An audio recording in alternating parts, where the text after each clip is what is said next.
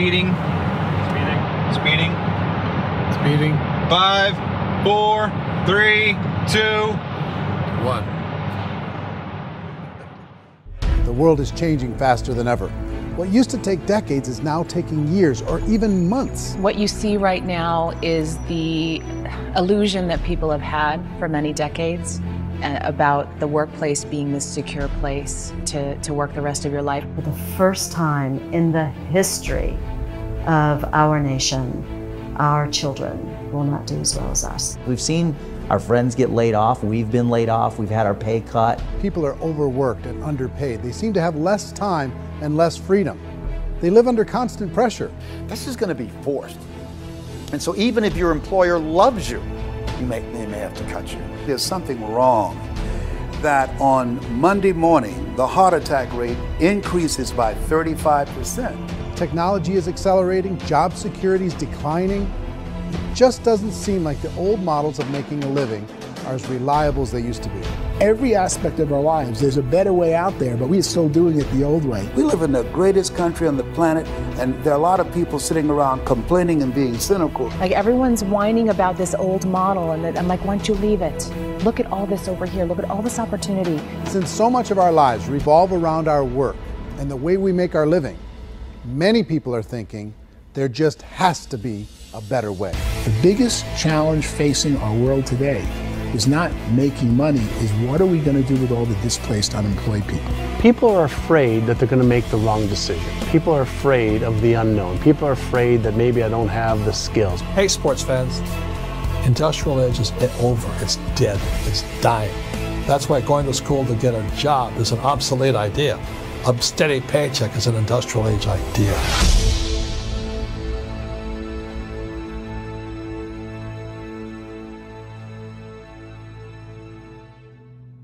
It's the search for answers that has brought us here together today. My name is Ерик Уори, and for almost 30 years I've been an entrepreneur, struggling at times, but ultimately succeeding. As a best-selling author, speaker, and business owner, I've spent my entire career helping millions of people around the world to become entrepreneurs. And I believe strongly that there is, in fact, a better way when it comes to how we make a living. The career landscape has changed dramatically, and many are still working in a model that is completely out of date. What worked for previous generations isn't working as well for people today. In this film, we're going to explore 3 important questions. First, what's really going on in our working world today? Second, in this new economy, is it better to become an entrepreneur, or is it safer to work for someone else? And third, if a person decides to become an entrepreneur and start their own business, how can they do it without taking on massive risk? To help in this journey, I've brought together some of the greatest experts and thought leaders in the field of entrepreneurship to share the real facts with you. My intention is to give you new information that will allow you to make choices that are not limited by an old, outdated model. Let's start by understanding what's going on in our working world today.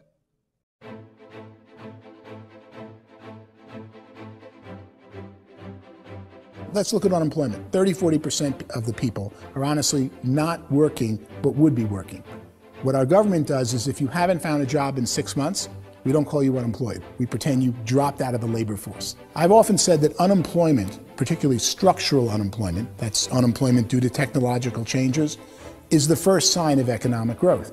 Think of it, 10 people live on an island. They go out every day and fish. One day, new technology shows up. A missionary brings them a net. Now, using the net, one pilots the boat, one throws the net. 2 fishermen can do all the work 10 used to. That's a 500% increase in productivity, 2 doing the work of 10, in one day. You don't have to learn a lot to learn how to throw a net instead of throw a fishing line.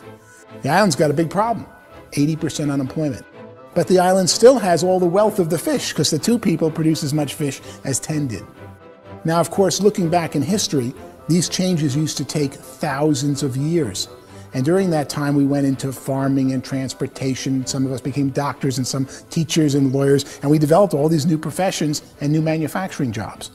Today, these changes are occurring literally in one day when a new technological advance occurs, and we don't have the social structures to deal with it or to retrain the unemployed people. So one of the things that I think is interesting as I travel across the country and really travel around the world is the way that we work and the way we get paid for work is changing pretty dramatically.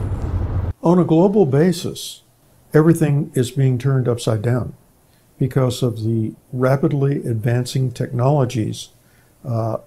They are eliminating many jobs, and we have been left with many people not prepared for the jobs that exist. A lot of demand in public companies was to squeeze out all the fat and to get just as much margin as we possibly could, and fat equals humans. So this idea of job security in information age is so obsolete, but it's still taught inside our school system, and that's where the problem starts. There's no financial education in the school system, and people are still trained to be employees who work for that paycheck. This is a chart on the middle class.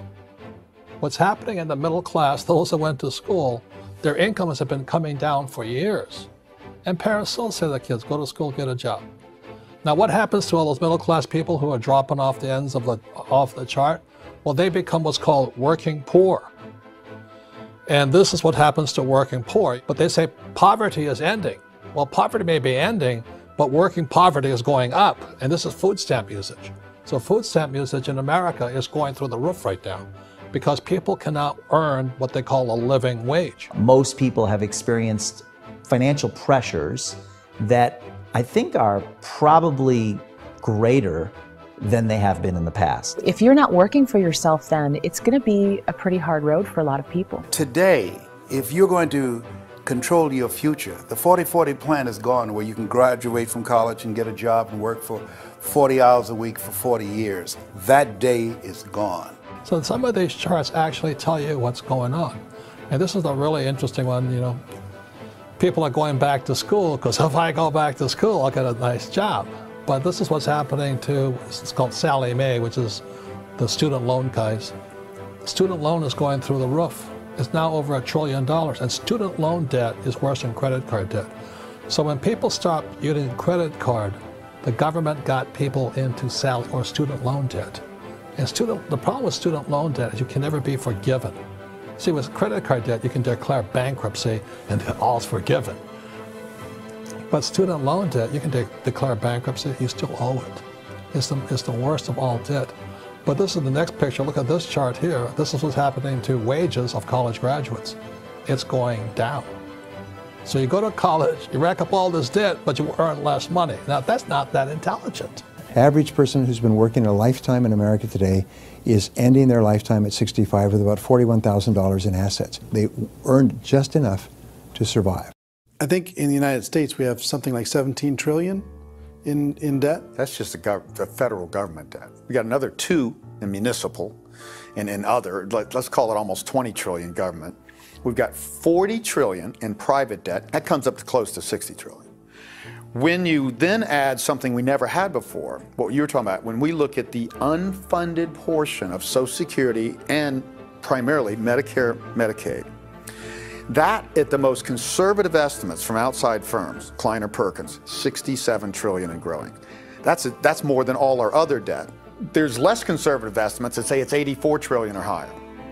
I added up conservatively $127 trillion in total debt. Debt is a financial drug. When you take it to excess, it's like taking a drug. Yeah, it makes you feel better, it enhances your performance, but at a huge cost, eventually it kills you. And so that's what happens. We keep doing more and more debt, and you get less and less results, just like a drug, until the debt gets so high that it crushes the whole system. That's where we're at, 8.2 times GDP. You know who I feel sorry for? I feel sorry for the person who dreads going to work, who is sick to their stomach on Monday morning, who hates their alarm clock, who gets a little glimmer of hope on a Wednesday because it's hump day and says, thank God it's Friday. And they live for those 2 days a week where they get to be themselves and they don't have to be around people they don't like, and they don't have to play the political game in the office, and they don't have to live this half life. The person that works 50 weeks a year just to be able to have the 2 weeks for vacation. And you know what happens to most of them? Nowadays, they don't have a vacation. They have a staycation. They have time off of work, but they don't get to go where they want to go because they're overextended. They've got all this debt. They got all this situation. They hate their alarm clock. They can't sleep until they're done. They have to spend most of their life in traffic. I feel sorry for that group of people because there's a better way. They just don't know it. I see this really interesting attempt at rugged individuality in a 6x8 rectangle.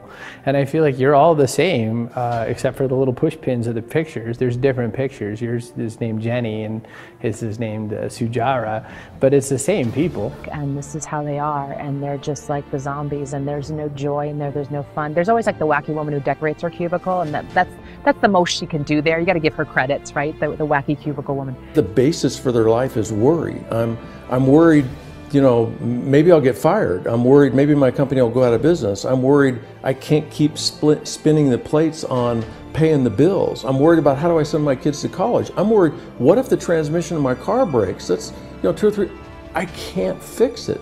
People live in a sea of worry, and it eats at them. Those signs that people held up during the Depression didn't say looking for gainful employment in a cubicle. It said looking for work. Work is what we're looking for. Job is just a unit of measurement. Work is what we're going after. It's time to look in the mirror and say, it's not the economy, it's my economy. It's my little world of where I am. I need to improve. I'm not going to wait for the economy to come back because, frankly, the economy is doing great in this country. So I'm here on Wall Street, the financial center of the universe, the financial capital of the world. This is where most people's money goes to at least be held for a time, right? With interest rates in banks being effectively zero, and many experts are predicting it's going to stay at zero for the next 10, 20, even 30 years, people feel like they don't have any choice but to put their future into equities, to put their future into the hands of other people on this stock market, and hope that the stock market goes up, hope that the stocks that their advisors pick or that they pick goes up. That's one way to go, I guess. It's my personal belief that if you put your future into the hands of yourself, in other words, you have earning power by yourself, I think you're a better investment than these guys. I think you controlling your future is a better option than handing over your retirement to these guys. The average household income in the United States is approximately $50,000 a year, what they call the middle class. To reach the top 25% of income earners, you'd need to earn at least $90,000 a year. To reach the top 10% would be a household income of $140,000, the top 5%, $190,000, and to be in the top 1%, you'd need a combined household income of at least $380,000 a year. So here's the question. What do you think would give you the best chance to move up and get to the top 10%, the top 5%, the top 1% or beyond? In my opinion, and in the opinion of many, many experts, the answer is to become an entrepreneur, to become your own boss. I think you have to be a business owner. I can't, the only time I ever say to someone it'd be great to be an employee is when they've already told me they've surrendered. I only tell people who are wounded spiritually that they should be an employee. And it's that feeling that you get when you pick up the backpack off the little Cub Scout and say, "Don't worry, little guy, we'll get you back to the camp." You know, it is in no way a kindness when I tell someone they'd be a great employee. The other status symbol really increasingly is lifestyle. I mean, people can own their own business, maybe even work out of their house. That, I tell you, people admire that, like, gosh, I wish I could do that. The spirit of the entrepreneur is to be a risk taker and to be resourceful and unstoppable and to have a vision of yourself beyond where you are and not willing to settle for life as it is. Think about the great entrepreneurs. They're visionary. They have heart. They're willing to do today what others won't so they can do tomorrow what others can't. Personally, I don't think of the new economy, the old economy. I create my own economy. The entrepreneur's in control. I decide what the economy is going to be like. In the world of entrepreneurship, there are no limits. you can make as much as you want, depending on how much you want to work and how smart you are and how great a team you put together. There's no more lifetime rewarding business than being an entrepreneur. Why in America, where anyone could be anything, would people want to give up their freedom and become effectively a modern-day slave, told shut up and be here every morning at 7:30, leave at 5:30, and do what I tell you? If people decide to become an entrepreneur and work for themselves, they have some traditional options, but they're riskier than you might think. Any kind of a retail business, retail build-outs, is extremely expensive. Even just these small little yogurt stores where they're putting little yogurt machines and you get all the different flavors, you're spending $200,000, $300,000, $400,000 to open a yogurt shop. I would love to buy a Dunkin' Donuts, but it's $500,000 or so to start. I don't quite have that just-in-case money. Risking lose it all, and most guys do 2 or 3 times, and even big guys like Branson, because I'm such a fan of his, half his companies don't work. If you make $1 million, your problems are going to go. If you make $1 billion, your problem's really going to go. Just the opposite. You and I know when you're making $1 million, you got $1 million responsibilities. You make $1 billion, you got 1,000 times $1 million responsibilities. And most people say, I'd love to be my own boss. 70% of Americans would love to be their own boss, according to recent polls. But they don't know how to get there. Because what are you going to do? One, you could buy an existing business. If somebody's selling an existing business, you have to ask why. Usually because it's probably hard. It's probably not making as much money as they hope. 2, they could buy a franchise. A little less risk, proven system, but it's expensive to be able to do that. 3, they could start something from scratch. And that's where a lot of people feel like, I don't have the chops to do it. I don't have the money. I don't have the product idea. I don't have the expertise. I don't have whatever it's going to take to be able to get there, and I can't risk my family to do it. So 4th, they could become an investor. A lot of people in this town invest to try and figure out a way, but you got to be pretty smart with that game too, right? Venture capitalists, who are the very best and most sophisticated in investing in new breakthrough businesses, make it on 1 out of 11. That means 10 out of 11 are mediocre or fail. Most of them fail. That's the risk there. An angel investor is lucky to get 1 out of 15 or 20. A business is a team sport. Like, I have to have accountants, I have to have engineers, I have to have system designers, I have to have sales, marketing, I have to have accounting, I have to have mission statements, I have to have legal and all that. The average Joe Schmo, even me, I go out there, I don't have the skills to put a business together. I think the bottom line for the 4 traditional options is they take money, sometimes a lot of it. They take expertise, and they take time. All of that adds up to just too much risk for most people. I bought a business from somebody else and it was a lot of work, and you start wondering, what did I just buy? Because I guess ultimately I own your email list and I just overpaid for it. People that start their own business, they spend a lot of money, they spend a lot of time, a lot of effort to get things started. And the more you invest on the upfront, the harder you typically work at it. I can tell you what the success rate is of a restaurant. What is it? They're crazy enough. About 90% of them fail. About 90%, in how quickly? Year or less. Wow. And if we're talking non-franchise, we're talking franchise, Sure. That's totally different. Yeah. But our students aren't getting franchise restaurants. You gotta invest big money. Exactly. And with someone like McDonald's, you've had to work with the company for a long period of time, really know the To even have a chance at investing $1 million. have a chance, and it's a slim chance. What if there was a way that you had all the proven aspects, the comfort aspects, and you could still control your own life? What if there was both? In other words, you didn't have to create everything from scratch. You didn't have to be a super leader.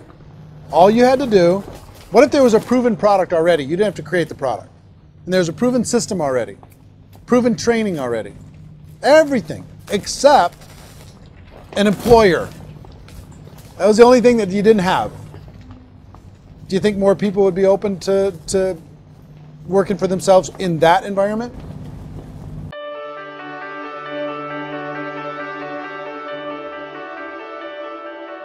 In our search for a better way to make a living, we've come to the conclusion that becoming an entrepreneur is actually safer than being an employee. And through our look at the entrepreneurial options, one particular path kept coming up from expert after expert. And I think most people will find it surprising because it's certainly a non-traditional business model. That model is for people to start their own business and become an entrepreneur through the creation of a network marketing business. Some people call it direct selling because the product is being sold directly from the manufacturer to the end consumer, cutting out the middlemen. Other people call it multi-level marketing, or MLM, because there are multiple levels of commissions paid. The most common term today is network marketing, because network marketing best describes using a large group of independent distributors, independent entrepreneurs, to move a product or service more efficiently. So my friend here, Donald Trump, and I, we always write about the network marketing industry. And the reason we support the network marketing industry is because it really is a business school for entrepreneurs. Because most people come out of school looking for a paycheck. Oh, that's terrible. I went to network marketing like that. I think if it didn't exist, we should invent it. It is that good. I think direct selling is a great way to do business today. It's very easy to get into that industry, and you can be self-employed, be in effect an entrepreneur. When we see multi-billionaires adding network marketing companies to their portfolio of companies, that would be a clue. When we see people who are very famous authors and very famous business people endorsing the industry, that would be a clue. These network marketing companies aren't $50 million companies, they're billions and billions of dollars. They lead the stock market, they're major companies. When we're going to get it? You know, and you're going to school to work for a paycheck, but if you want to be rich, be an entrepreneur, and network marketing gives you the spirit to be an entrepreneur. A traditional company will spend up to 50% of their total revenue on marketing. Network marketing companies use a different approach. Instead of having all that extensive marketing expense, they utilize a network of independent distributors to do the marketing for them. Now, why do they do this? First, because word-of-mouth advertising is so much more effective today than traditional media advertising. Second, some products need to be explained or demonstrated, and an independent salesperson can do that more effectively than an ad campaign. Third, it's completely efficient. The company only pays for the marketing of their product if a sale happens and not before. Imagine if Amazon allowed you to become an independent distributor and paid out 40% of its revenue to that distributor group. All you had to do as a distributor was recommend a product, and if a person bought it on Amazon, Amazon would take care of all the logistics, and you'd get paid for bringing the customer. Now imagine you got paid for every purchase that customer made for the rest of their lives. Well, Amazon doesn't offer this option, but network marketing companies do. 85% of all buying decisions in our society are made as a result of word of mouth or reputation. We're recommending things to each other all the time. You know, who's your dentist? Who's your doctor? Who's your lawyer? What detergent, are you using? What legal system are you using? What product are you using? We're talking to each other about the things that we love anyway. When you go into a big box retailer, you're lucky if the clerk looks you in the eye, much less gives you any detailed or accurate information about what you're purchasing. So of course, this personal information, this education coming from a friend, a neighbor, a relative, or even a stranger, but one who has experience with the product is extraordinarily valuable. As a matter of fact, network marketing can educate consumers probably better than any other form of marketing. It certainly can do better than advertising, because advertising usually has a certain hype to it, and you can only get limited information. So, network marketing trumps advertising. If you were a typical sales company and you wanted to sell $1 million a month worth of product, you might go find 100 superstar salespeople. The quota would be $10,000 a month. So network marketing as a distribution system just flips the numbers. So we use 10,000 happy, raving fans of a particular product, and we don't concern ourselves so much with how much product each one of them individually sells. If they sell just $100 or $200 a month, and there's 10,000 of them, you're selling $1 million to $2 million a month worth of product. And that's the best way I can explain how network marketing works. This is the marketing arm of the company. There's not money being wasted on bricks and mortar. There's not money being wasted on inventory that's sitting stagnant somewhere. There's not of employees standing around that don't have customers. These are people that are going to connect with customers. These companies allow people to become independent distributors for extremely low cost and with no minimum time or sales quota. Essentially, they own their own business and can provide as much or as little sales as they choose. In other words, the distributor gets all the benefits of traditional business ownership without the risk. The advantage of network marketing is the ease of entry, the low risk, and the low startup cost, because almost everything else has very high risk. You can get in for a minimal investment. You're buying into a system that's already been proven, products or services that have been proven to work. The keys to network marketing is providing an opportunity for the masses to get involved, providing an opportunity for the average person who doesn't have the resources to start their own business. All of this so far is fairly straightforward, but network marketing offers another benefit, and it's this benefit that makes it so interesting for entrepreneurs. Network marketing allows a distributor to build their own network of other distributors and then compensates them on the sales created by that entire group. Direct selling is, at its base, very simple. It's the sale of a product or service to an individual on a face-to-face, one-on-one basis, just the way we're talking right now. But there's an important element as well, and that's the offering in conjunction with that sale of product, the offering of an opportunity for someone to make something of themselves. No matter what your social status is, no matter what language that you speak, I mean, look how many unbelievable people are becoming successful that speak every kind of language out there. What an awesome gift to give the world. Instead of having to work your way up in a system and prove that you could be a sales manager, they just decided everybody can be a sales manager.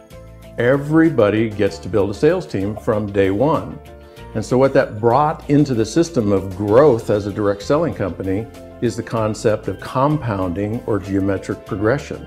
Because now you can actually grow a sales force very quickly because everybody is enrolling people in their own sales force. People who are like, oh, this is weird, I'm building a sales team, or what do you think you do at a regular company? How do you think a regular company works? Network marketing is the only industry that doesn't say your past determines your future.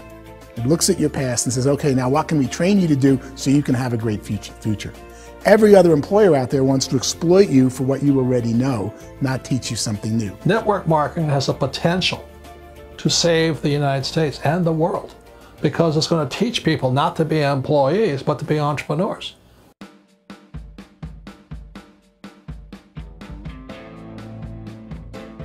According to the Direct Selling Association, if you add up all the network marketing companies around the world, they combine to do over $178 billion a year in retail sales.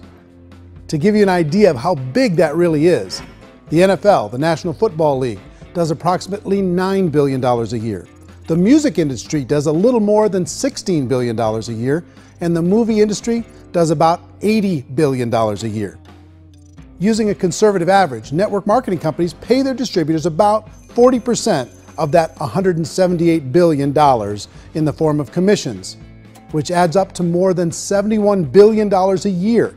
That's almost $6 billion a month. It's almost $200 million in commissions every single day. So it's certainly working, and people are making serious money in network marketing. With the growth of the direct selling industry over the last 10, 15, 20 years, we've seen a broader understanding of the channel.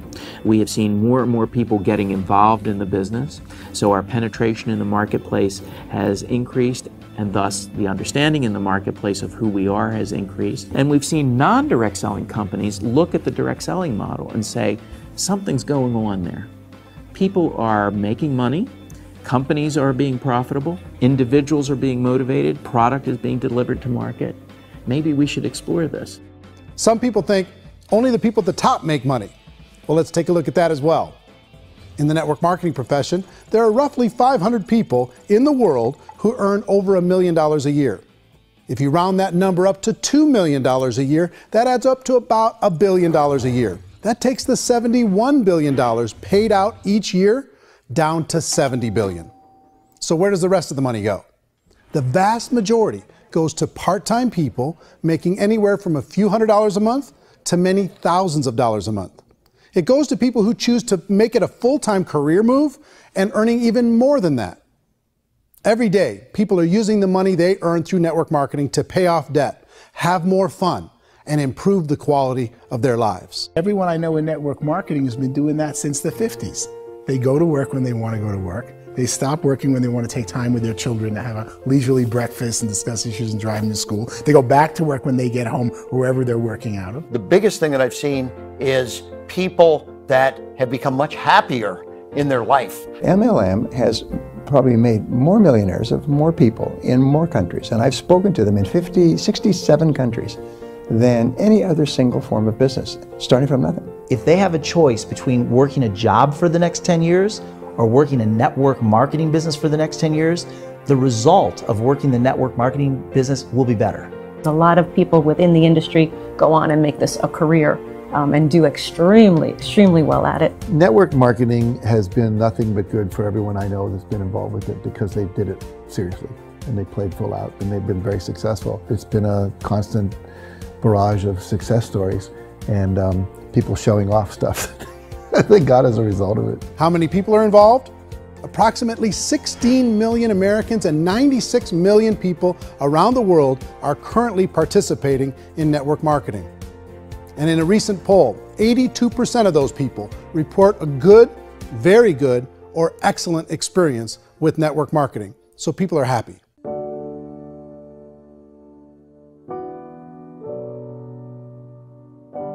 So I've taken a look at the network marketing profession and really tried to understand why so many people are confused as to the validity of this as a business. One is this pyramid shape. People get really messed up with this pyramid. Oh, it's one of those pyramid things. So I just think there are a lot of haters out there who really don't understand the industry and say, oh, it's a get-rich-quick scheme. It's a pyramid. Well, corporate America is a pyramid scheme. You know what I mean? It goes like this. You have thousands of MBAs, you know, let's say working for Ford or General Motors or Coca-Cola. If all these MBAs, they're all trying to get to here, that's a pyramid. Only one guy's going to make it. You know, every 10 years, one's going to make it. Whereas you look at network marketing, it's like this. So you're here, and your job is to develop other CEOs coming up behind you. So it's an inverse pyramid. In network marketing, it's a very simple concept. If you sell product, you get paid. It is paid based on production. There is no first mover's advantage. There is no investment component where the more somebody spends, the more they're entitled to make. So the two are polar opposites of each other. It doesn't matter what shape the company is or the compensation plan is shaped, whether it's a circle or a pyramid or a triangle or a trapezoid, it doesn't matter. If compensation is coming primarily from recruitment, then you've got a problem. On the other hand, if an operation is basing their compensation to participants on the basis of sales, even when those sales are generated by people you've recruited, well, then you're a perfectly legitimate enterprise. That's the legal test, it's the practical test. Another issue that's been true in the past that is no longer true now is people used to be in network marketing loaded up with products that they couldn't sell, and they ended up a loser. They ended up with a bunch of product in their garage, they ended up with a bunch of products sitting in their kitchen shelves or whatever, and they thought they could sell it, and then they weren't willing to or able to sell it, and they ended up with a bunch of stuff, and they were bitter about it. There was this thing called front loading where you had to buy, like, well, if you bought $25,000 worth of product, you got better commissions and all this. Today, it's almost all done by computer. It's direct mail, comes from a warehouse somewhere else. You don't have to have all this inventory. You don't have to stock up. It's a paperless world now. You know, most of it's done online. You have a back office. It really works. And I mean, the technology has changed everything. Third issue is people start talking about 99% of people in network marketing don't make any money. Well, we've talked about that over the course of this journey together. Almost $200 million a day is being paid out to network marketing distributors around the world. The naysayers, the people who say that it doesn't work, are usually the ones who just don't know how to make it work for themselves. And so they're giving you an opinion, and I tell people, don't confuse people's opinions with expertise, because opinions are free. And don't confuse sincerity with the truth, because people can be sincerely wrong. But here's the reality inside of network marketing. The vast majority of people that get involved in network marketing just become customers, and they get involved to be able to purchase product at a lower price. If you take Costco as an example, if a person goes into Costco and gets a membership to Costco so they can get a lower price on the product, we don't call that person a loser because they have a bunch of product that they walked out with with a smile on their face. Yet when some people want to take a look at network marketing, they say, well, those people, they're just using the product and they aren't earning an income, so they must be a loser. They're not a loser, they're a happy customer. That's the vast majority of people that are involved in network marketing. Now, a smaller percentage of those people decide to go build a business. They earn $300 a month, $500 a month, $1,000, $2,000. That's the bulk of earnings in network marketing. And then there's the few that really decide to take it serious, really decide to build a large network, really work to make that network very, very productive. And those people make huge amounts of money and there's no cap. What I do as an outside economist, just somebody looking at this industry like any other industry I speak and say, look, what's the realities of this? 1% do incredibly well. 10% generate some additional income at pretty low risk and effort. That's not, and 90% of people roughly end up customers. One thing that I think is real when it comes to people's perceptions about network marketing is people put this, and distributors, I think, involved in network marketing have some responsibility for this. They have sometimes unrealistic claims about the product or about the income. Most people who become distributors, they want the money, they want to be successful, but they don't have the skills. They don't know what to do. And when people don't know what to do and they're in a new business, they're scared. And when they're scared, they panic and desperation kind of sets in. So they think everyone they talk to has to get in. So if I talk to you and you say, well, no, I don't have time to do that, they're like, no, I need you. You have to do this or I won't be successful. So I start clawing on you. I start that desperation. So then I start making claims about the product, which are not appropriate, probably not even true. Or I start saying, oh, let me show you how you can make all this money and you don't have to do anything, Eric. And so you just totally misrepresent the opportunity, and you're clingy with people because you think you need everybody to be successful, and you don't. You know, one of the messages that I try to deliver most forcefully to companies as well as salespeople in direct selling is that you don't have to overpromise. The reality is in network marketing, there's a lot of hard work involved. There's a lot of effort. You're going to have to develop yourself. It's a business like anything else. It's going to take some time, but in my opinion, it's better.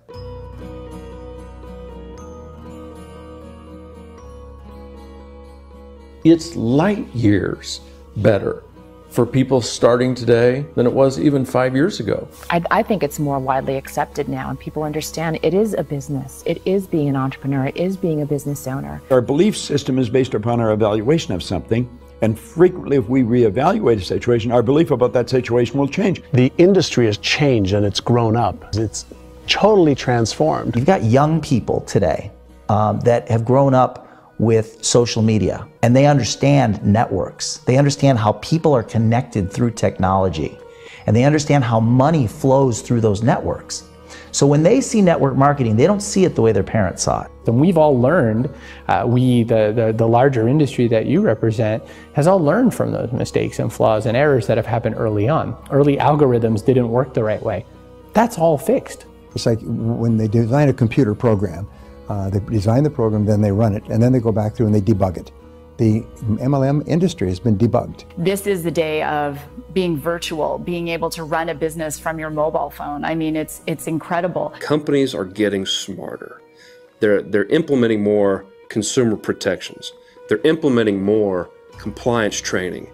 They're doing more with respect to product research. If you do get involved and you make purchases of inventory, even on a voluntary basis, if you decide that this business is not for you, you can leave and have that inventory repurchased by the company. There's no other business that offers that kind of protection on a voluntary, self-regulatory basis.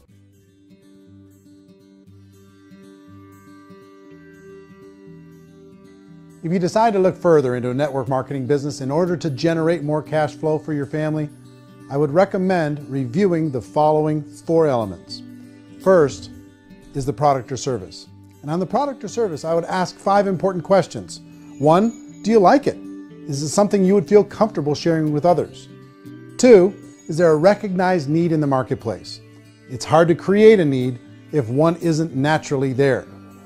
3rd, does the product meet that need? Does it solve a legitimate problem for consumers? And 4th, is it priced to sell? Can it compete in the marketplace? And fifth, is it priced for profit? Is there enough margin for the company and the distributor to be able to generate income for the long term? If you can answer the questions on the product to your satisfaction, the next element to consider is the company itself. Is it well run? Do you believe in the founders or the management team? Do you feel they have what it takes to go all the way? See, it doesn't matter how good the product is if the management can't take care of the company. Good management can change with the times. They can handle adversity. They can make good decisions. Make sure you choose a company that can serve you for a long time. The third element to consider is the compensation plan. And with that, there are 3 important things to look at. First, a brand new person needs to be able to generate some money fairly quickly. It may be an obvious reason, but you can probably imagine the ripple effect of a distributor getting involved and having even a small victory fast. That can only help with the overall success of the organization. Second, a person should be able to develop a moderate part-time income in a reasonable period of time. As they develop their network and as their sales grow, they should be able to enjoy more benefits. And third, for the people who are really serious, for those who decide to really go pro in the network marketing profession, there should be the possibility to make a serious full-time income if they work hard and are committed to developing their skills. If you're comfortable with the product, the company, and the compensation plan, the last thing you should look at is the support that will be made available to you. Does the company have a website? Does it have a solid online reporting tool? Do they have comprehensive training available? Do they host events to help you build your business? If you decide to do this, what kind of a support system can you plug into? Choosing a network marketing company is a personal decision.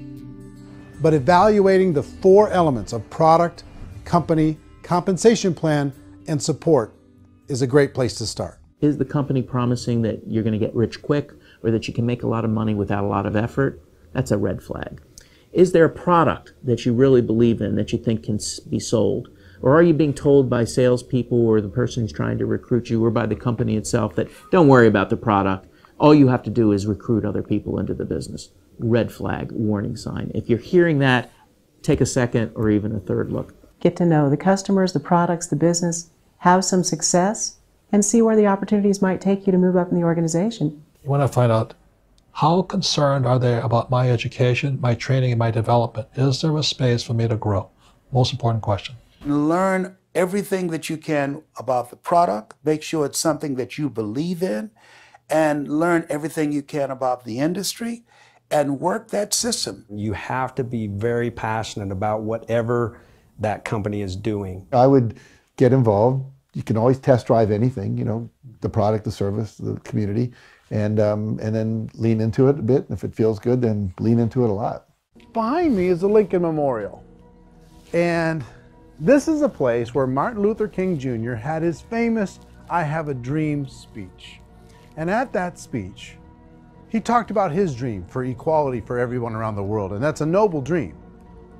But I think more people need to remember what it was like when they were kids and the dream was still alive in them.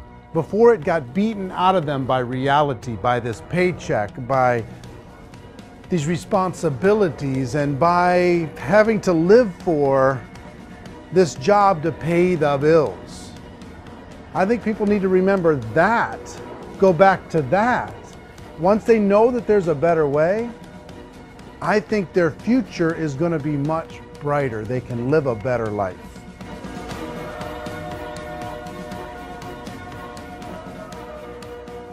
So if you're considering getting involved in a network marketing company, let me offer you just a few pieces of advice. First, network marketing isn't perfect. It's emotional, it's challenging. Like any entrepreneurial venture, it can have its up days and its down days. But if you have an entrepreneurial bone in your body, it's just better. Second, if you're gonna do it, decide to be professional. Decide to go pro. It's better to do that than just be this amateur sticking your toe in the water. Third, as any professional, you're gonna have to learn some new skills. And I promise you, inside of the network marketing profession, they're not too difficult to learn. Fourth, like anything worthwhile, it's gonna take some time. Don't expect that you're going to get to the finish line right out of the gate. And fifth, it's worth it. It's worth it to be able to take charge of your life again. It's worth it to be able to control your own financial situation. It's worth it for the people you're going to be able to spend time with. It's worth it for the things you're going to be able to see and the experiences you're going to be able to experience. It's worth it for the causes you're going to be able to contribute to, the lives you're going to be able to touch, the customers you're going to be able to help, the friendships you're going to be able to develop. I promise you, it's worth it. Remember, most people are searching for answers just like you are. But I do have to tell you the catch to network marketing. If there is a catch, if you want to understand this from an emotional point of view, people say, well, it sounds too good to be true. It's not, it's hard work. But here's the catch. Most people still don't understand it. So you're going to have to endure the loss of social esteem from ignorant people. The uneducated will think less of you. Now, if you can handle that, you're on your way. If that's going to destroy you, you know what? Entrepreneurship in general probably isn't in your future. If you can face that catch, you can become unstoppable. I want everyone to really contemplate this if they're not in network marketing.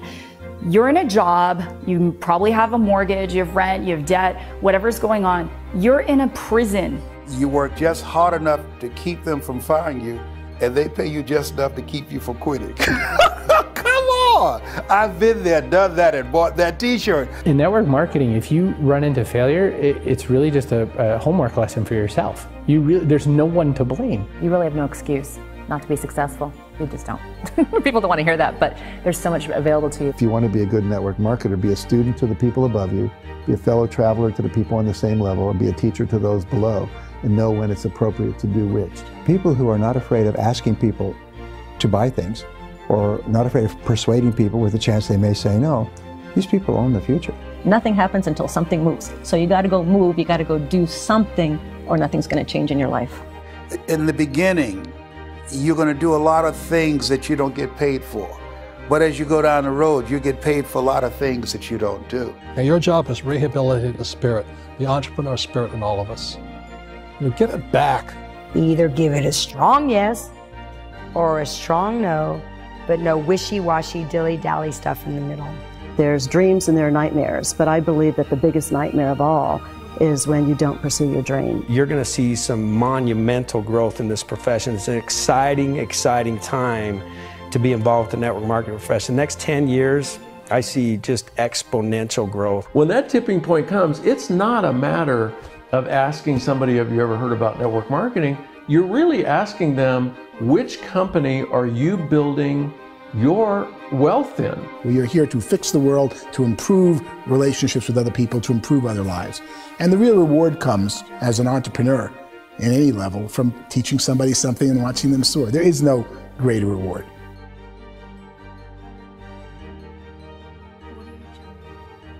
Life's too short to spend it living someone else's dream instead of your own. It's too short to spend it living at a fraction of your potential. Can being an entrepreneur be a challenge at times? Sure. But here's what you get in exchange. It can be yours. Something that you built, something that you created, something that you made happen. This balloon represents your dream. It represents entrepreneurship.